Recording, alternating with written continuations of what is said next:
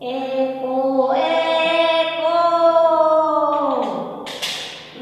Eco. Bueno, estoy grande.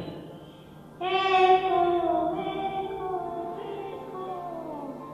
¡Australopiteco! Yo de repente.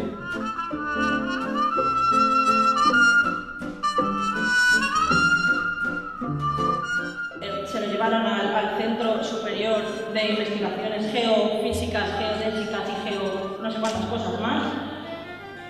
Y mientras nuestro eco y los chiquitos se lamentaban en la montaña porque, ay, cómo lo echamos de menos.